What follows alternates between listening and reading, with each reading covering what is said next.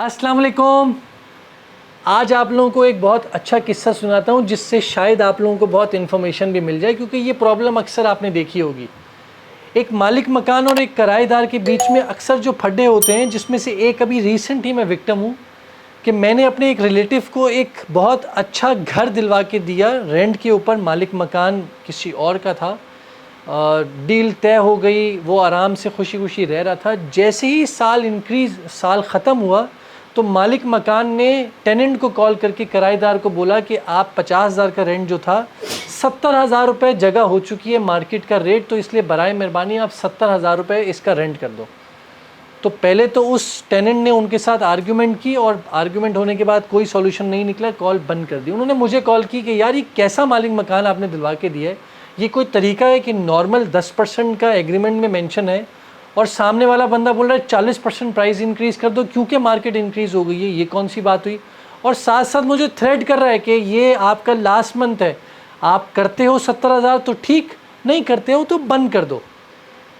तो मैंने उस पर बात, कॉल ख़त्म होने के बाद मैंने उनको दिलासा दिया कि कोई ऐसा मसले की बात नहीं है, मैं लैंडलॉर्ड से बात करता हूँ। जब मैंने उनसे बात की, जो कि आपके लिए भी समझने वाली बात है, हो सकता है आपको शायद नाराज़गी हो, लैंडलॉर्ड अक्सर ये काम करते हैं जो कि बहुत गलत बात है। शायद मैं कहूँगा तल्ख लहजे में कहूँ तो ये इखलाकियात से गिरी हुई हरकत है।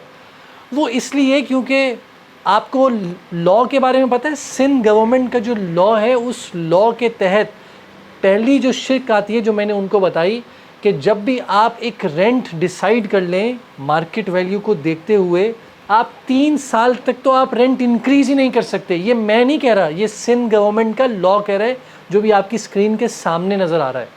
और फिर एट एनी सर्कमस्टेंसेस 10% से ज़्यादा आप इंक्रीज़ कर ही नहीं सकते, अनटिल अनलेस कुछ भी हो जाए आप 10% से ज़्यादा नहीं करा सकते। तो एक लीगल राइट टेनेंट का मौजूद है। मैंने उनको ये बात समझाई, मैंने उनको डॉक्यूमेंटेशन सेंड की कि सर आप ऐसे नहीं कर सकते कि आपने बस क्योंकि मार्केट पता की और बोला चल मेरा भाई आप इसको खाली कराओ, नहीं मेरे पास लाइन से दूसरे लोग बैठे हैं। ऐसा नहीं है, लीगल राइट होते हैं। टेनेंट को अक्सर इन चीज़ों के बारे में पता ही नहीं होता, और सही भी बात है कि अगर पता भी हो तो लोग ये कहते हैं कि कौन जाएगा कोर्ट के चक्कर काटेगा और इस तरह की परेशानी में चीज़ें रहेगा। लेकिन क्योंकि अगर आपको इस तरह का लैंडलॉर्ड गलत मिल जाए तो ये जो मैं आपको प्रूफ दिखा रहा हूँ, ये प्रूफ के तहत आप किसी भी कोर्ट में जाकर आप फाइल कर सकते हो कि मेरे साथ लैंडलॉर्ड गलत कर रहा है कि 10% की प्राइस इंक्रीज़ है।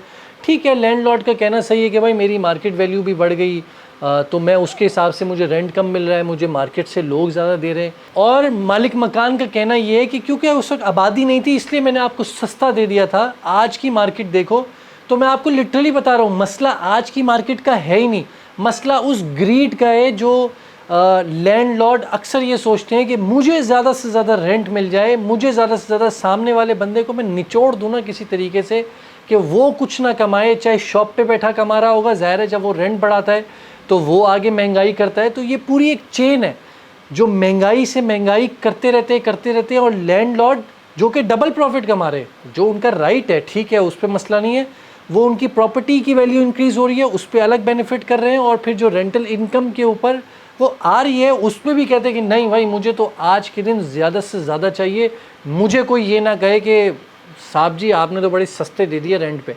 तो इसलिए लोगों का ख्याल करना बहुत ज़रूरी है। आप ये समझते हैं कि इस तरह की चीज़ें करके कोई पूछने वाला नहीं है, ऐसा नहीं है। गवर्नमेंट का लॉ मौजूद है इस चीज़ को लेकर, लोग फॉलो ना करें, लेकिन मेरा राइट है कि मैं आप तक वो इन्फॉर्मेशन पहुंचाऊं कि जो एक सिंध गवर्नमेंट का लॉ है रेंटल एक्ट से रिलेटेड, कि जिस पे कंट्रोल किया जाए रेंट को। यहाँ तक कि उसमें तो मैं फ़र्दर लेकर जाऊँ कि मेंटेनेंस भी लैंडलॉर्ड की, मालिक मकान की ज़िम्मेदारी है कि आपके घर पे आपके रहते वक्त कहीं वाइट वॉश का कहीं इशू आ गया तो वो आपको वापस से साफ़ करा के देगा। लेकिन यहाँ सब कुछ रिवर्स है कि आपकी प्रॉपर्टी है, आप रह रहे हो, आपने गलत किया है तो आप लैंडलॉर्ड के पैसे दो उसको कि क्योंकि लॉक ख़राब हो गया था, वाइट वॉश हो गया था। तो इस तरह के मामला आते हैं। लेकिन ठीक है, ये छोटी बातें आपस में रह जाती हैं, लेकिन ये बहुत गलत बात है इस तरीके से जो लैंडलॉर्ड करते हैं। मैंने भैया टाउन कराची में आप देख लें, मार्केट रिवर्स की तरफ आ रही है ना। अब जब टेनेंट कहेगा कि रेंट कम करो तो वो कहेंगे नहीं नहीं अब तो आप यही रखो ना, नहीं तो कोई बात नहीं, मैं कम नहीं करूँगा, नहीं तो आप खाली करा दो। तो ऐसा नहीं होता। मिल बांट के जब आप किसी के साथ अच्छा करेंगे तो इन रिटर्न आपके साथ भी अच्छा होगा। तो फिलहाल उस स्टोरी में जो टेनेंट था उसने 60,000 रुपये का रेंट डिसाइड करके 20% प्राइसेस इंक्रीज़ की और आपकी जो है आपस में रेंट एग्रीमेंट हो गया।